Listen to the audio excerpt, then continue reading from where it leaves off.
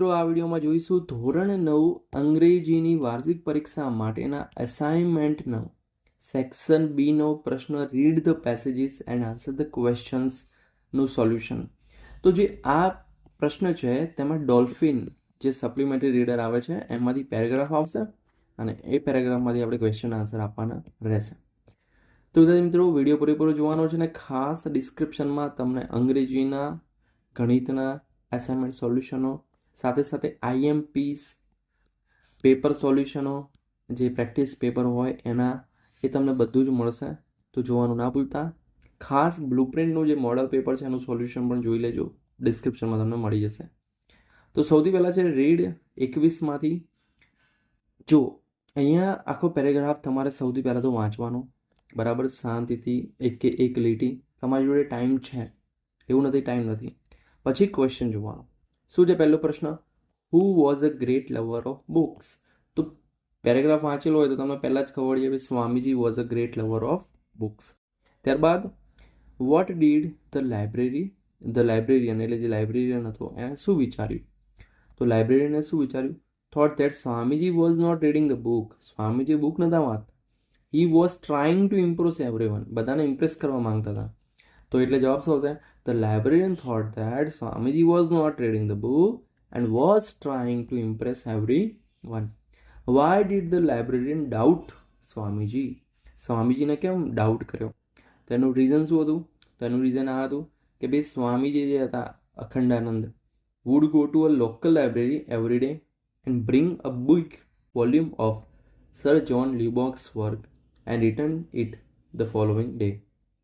Okay, મતલબ રોજ જતા એક મોટી બુક લેતા જે સર જ્હોન લ્યુબકનું કામ હશે, મતલબ મોટું વોલ્યુમ કે જેને વાંચતા બહુ ટાઈમ લાગે, તો એ બીજા દિવસે પાછા આપી દેતા. એટલે તમે હો તો તમને એમ થાય કે ભાઈ આ ભાઈ વાંચતા તો નથી, આ સ્વામીજી વાંચતા નહીં હોય, ગમે તે કરતા હોય પણ આ વાંચતા તો નહીં હોય. તો એટલે લાઇબ્રેરીને કેમ ડાઉટ થયો? Swamiji because Swamiji bring every day a big volume of sir John Lubbock's work and return it the following day. ત્યારબાદ how was the librarians doubt clear. ભાઈ લાઇબ્રેરીનો ડાઉટ કેવી રીતે ક્લિયર થયો? તો લાઇબ્રેરીનો ડાઉટ આવી રીતે ક્લિયર થયો. કેવી રીતે? કે ભાઈ એમણે પ્રશ્ન પૂછ્યા, બરાબર, કે ભાઈ એમ મનમાં ના લાગે. એમણે કીધું ચલો સર સ્વામીજી મને ડાઉટ છે તમારી જોડે, બરાબર, કે તમે વાંચો છો એમ. તો સ્વામીજીએ શું કીધું કે ભાઈ લાઇબ્રેરીને બોલાવ્યો અને કીધું કે ભાઈ હમ્બલી એમ કે sir I have gone through the books attentively. મેં બધી બુક જોઈ છે. To clear your doubt you can ask me any question you like. કે ભાઈ મને પૂછતું પ્રશ્ન ગમે તે પૂછ, હું જવાબ આપીશ, બરાબર. તો સ્વામીજીને શું કર્યું? લાઇબ્રેરીને પ્રશ્ન પૂછ્યો. તો the librarian asked many questions બુકમાંથી and Swamiji correctly answer them and cleared his doubt. અને એનો ભાઈ ડાઉટ ક્લિયર થઈ ભાઈ આના સ્વામીજી બુક વાંચે છે, હા એની જોડે કોઈક શક્તિ છે, એવી કેપેસિટી છે, ક્ષમતા છે જે સામાન્ય માણસ જોડે હોય નહીં, બરાબર. આ ક્ષમતા કોની જોડે? સ્વામી વિવેકાનંદ, બરાબર. તો એમની જ આ ક્ષમતા છે, એમના વિશે જ વાત કરીશું આઈ થિંક, બરાબર. હવે શું છે નેક્સ્ટ ક્વેશ્ચન કે according to Swamiji what sharpens the mind. કે ભાઈ સ્વામીજીની દ્રષ્ટિએ મગજને તેજ કોણ કરે? તો કોણ કરે? Concentration and continence. હવે જો કન્ટિનન્સનો અર્થ શું થાય? બ્રહ્મચર્ય, સંયમ થાય, ઇન્દ્રિય ઉપર સંયમ રાખવો, બરાબર, જે આપણા અંગ છે એની ઉપર સંયમ રાખવો. તો શું કહે છે? એકાગ્રતા અને કન્ટિનન્સ શાર્પન ધ માઇન્ડ. ત્યારબાદ નેક્સ્ટ છે second paragraph. Who was Sharatchandra Chakravarty. તો શરદચંદ્ર ચક્રવર્તી કોણ હતા? ડિસિપલ હતા, શિષ્ય હતા. તો અહીંયા આવશે was Swamiji's disciple. How can we master everything we wish. તો કેવી રીતે માસ્ટર થઈ શકે? તો observe strict continuance and master everything, બરાબર. કન્ટિન્યુઅન્સ એટલે તમને ખબર પડી ગઈ, બરાબર. બ્રહ્મચર્ય, સંયમ. From which book did Sharatchandra Chakravarty ask question. શેમાંથી ક્વેશ્ચન પૂછ્યા? તો ફ્રોમ એન્સાઇક્લોપીડિયા બ્રિટાનિકા, બરાબર, કે જેના એણે શું થયું? ભાઈ it is very difficult to read many volumes in one life time. કે આખા જીવનમાં આટલા બધા વોલ્યુમ એટલે ભાગ વાંચવા કેટલા અઘરા છે, પણ સ્વામીજીએ પતાવી દીધા હતા. વિચારો તમે, કેટલું એમ જબરદસ્ત એમનું. આપણને મેજિક જેવું જ લાગે હમણાં તો, કે આપણને એક બુક વાંચતા બી આટલો ટાઈમ લાગે, તો આ તો સ્વામીજી તો ભાઈ એક દિવસમાં એક બુક પતાવતા, એ પણ જાડી જાડી. What did Sharatchandra Chakravarti say about encyclopaedia બ્રિટાનિકા. તો શું કહે છે?